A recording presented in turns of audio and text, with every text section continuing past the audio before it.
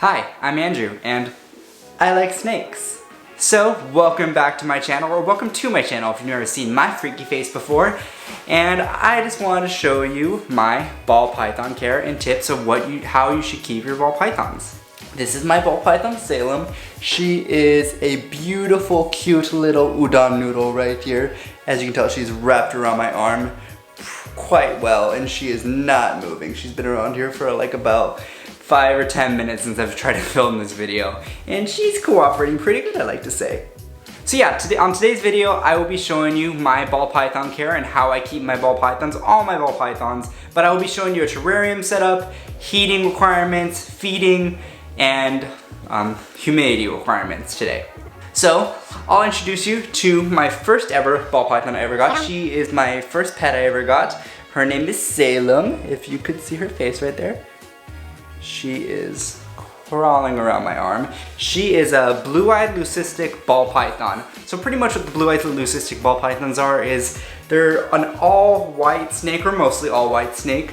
Salem is a 100% all-white snake, and she has bright blue eyes. If I could show you right here, if it zooms in, she has beautiful blue eyes. So pretty much what the genetic mutation does of the leucism is completely strips that pigment and pattern out of the animal. And you will see this in some other animals too, like birds and some other animals, but it affects the snake, getting rid of all their pattern and making them a completely white snake, or mostly white snake. And it changes their eyes to black or blue.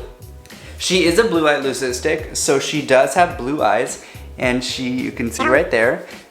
She is my first ever snake I've ever gotten, and I am completely in love with her. She is the sweetest thing ever. I've had her since she was an egg, and ever since she was, not an egg. I've had her since she was a hatchling, and she has never tried to bite me ever, and she's the sweetest, cutest, and dumbest little thing I've ever owned.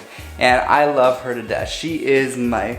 I would say she is my favorite snake that I own. Besides Ahsoka and my other ones. I love them too, guys.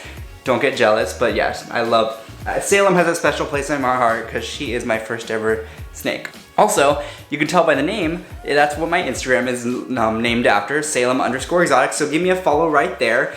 And also, my company is named after Salem Exotics, my breeding business, because she made such an impact on my life, so I thought, why not name her after and give her some credit, name my business after her, because she deserves all the credit and attention that she needs.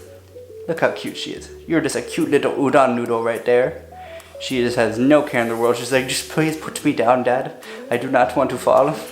But yeah, Salem is one of my all-time favorite snakes that I have, and ball pythons are my all-time favorite beginner snakes to get into.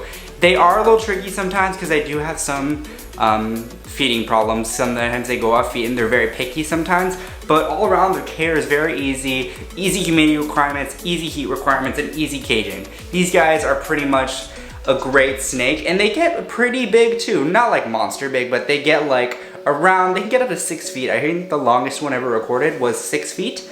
And the longest one ever recorded living can live up to be 40 years old. And that's an old snake. Most of these guys will probably live up to be 20 or 30 at the most. And they will reach around 5 feet or more as a female. Or for males, they will get around 4 to 5 feet usually. And they're a pretty thick snake too. They're not like a thin snake, like a corn snake or a king snake. They're more of a fatter snake. And they're not really fat, but they have a lot of muscle. Like this is all muscle right here. Right, girl? There's a lot of muscle. You are a strong baby. These guys like to be kept around 90 to 95 hot spot and a cool side around 85 or lower 80s. And I keep the humidity around 50 to 60% and definitely bump that up to 70% when they're in shed. So you can just do that by spraying down their cage and keeping their cage nice and moist for those shed days. And they are pretty simple to care for from that. They are pretty picky eaters sometimes. If you get lucky, you won't really get a picky eater one. Salem went on a feeding strike when she was about I would say she went on a feeding strike this winter, and she didn't want to really eat for like a couple weeks. She did try to eat every other week, but sometimes she just wouldn't take it. So she was on like every 2-week schedule, which is totally healthy for these guys. It's totally normal that if they go like a week or 2 without food, or honestly, ball pythons can sometimes go without a year without feeding. You always want to feed your snake weekly if you can, but these guys sometimes will go off on feed for like 6 months or more sometimes. But usually they go off feed for a couple months. I've never seen my ball pythons go off for more than 4 months. It's usually during the winter time when the days are getting shorter and it's much colder. But these guys, once they get off the feeding strike, you just have to get them back on food. Sometimes you have to switch them to live, sometimes I do. But Salem, she doesn't like live. She's scared of everything. She is scared of mice and rats. She eats rats, but she's afraid of those, so I never really give her any live rats when she's picky. She usually just takes frozen, and now she's been eating really good. She's back on feeding because winter's almost over. And she is just the cutest little derpiest thing that I own. So yeah guys, I'm gonna take you to see her cage and I will show you how I set it up and what everything you need to have in your cages are. So if you will say goodbye to Salem for right now and I will show you my cage. So now I'm in front of Salem's cage and I will show you inside of her cage in just a second.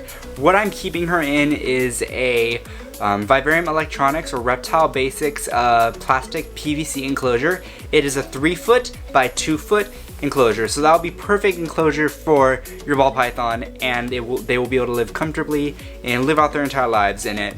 No problems. Also, they do have 4-foot enclosures. You could totally go for a 4-foot enclosure. I'm even thinking of going for a 4-foot enclosure for her if she is outgrowing this a little bit, but for right now, it's great, a 3-foot by 2-foot, and your males will do perfectly fine in it, or your females. So it's up to you guys what you want to house your ball pythons in. So the cool thing about these enclosures are, they have 3 really strong, heavy-duty locks that you just have to press to the side, and the cage will open. It is a plastic, acrylic plastic glass in front, so you never have to worry about shattering, and if it gets scratched, you can replace it. They sell these on their website. I love these cages. Reptile Basic cages are awesome. They're made out of PVC and they're really sturdy and they hold humidity great. So I will show you what's in her cage right now. So in her terrarium, you could see that I have a whole bunch of hides in here and a big water bowl just in case she wants to soak in. I do need to put water in, more water in that right now. But for right now, this is her enclosure. It is a full 3-foot by 2-foot with the light strip panel, which I don't really use. I just got it because I thought it would look cool at first, and honestly, you never use it, so it's kind of a waste, but who cares? I have it there for just in case. So it is a 3-foot by 2-foot enclosure, and it holds humidity great. There's only 2 ventilation holes right there, and there is some cracks in the actual window where you can get ventilation, but it holds humidity in amazingly. So there's 3 ventilation holes actually right there. And her warm hide is on the left side and her cool hide is on the right side. So you always want to have at least 2 hides in your terrarium. If you want to put more, that's totally up to you. I think a lot of hides are great. This branch, actually there's some more room behind there and it's hollow back there. And you can actually use that as a hide as well. She definitely utilizes that hide a lot more, but she mainly goes in her warm hide when she wants to warm up. And this is it's like a little hobbit hide I got from PetSmart. And it's pretty big. I do want to upgrade it right now because she is kind of scraping herself. And it kind of lifts up now when she is under there. So I am going to upgrade that hide very soon. It's great. It's a great large hide for like that, but she just is outgrowing it. This hide over here is a little cave and it's really big and it's honestly a great hide. I also got this from PetSmart. And I got my branches from Reptile Expos and plants from Hobby Lobby. Here's a little hack. If you don't want to spend a lot of money on like plants and fake flowers and stuff like that, you can actually get your plants from Hobby Lobby because they're a lot cheaper and they have really nice flowers, or Joann's, Michael's, wherever you can get your flowers on that are cheaper. Because reptile plants are really expensive. They're over $10 sometimes and I don't got that kind of money sometimes. But I do have some reptile plants. I have these. People always say they look like marijuana leaves. I kind of think that too, but I got them because I like the shape of them. And I have a little succulent plant right there that just makes the cage look more tropical and just all around cool. And I got these little blue flowers I got from Hobby Lobby, and I have my thermometer over there. I mainly, I don't really use my thermometer, in the cage. I actually love heat guns because I check my cages every day. I would get a thermometer for your cage though if you do have a cage, or if you're not going to be checking with a heat gun every day. I go through all my cages with my heat gun and I check every single day how my temperatures are. Like I said, you should keep your temperatures on your hot side from 90 on the hot side. I keep my hot spot actually on 92, 90, around 95 at the hottest, and I keep the hot side around low 90s, upper 80s, and I keep my cool side around the low 80s. Just so they have a just so they're able to thermal regulate and get the most use out of their environment they give you. You want a big water bowl to put, and sorry that it's running low right now. I need to put more water in this right after this video, but for now, this is a water bowl. It is a pretty big water bowl. She could soak in it if she likes.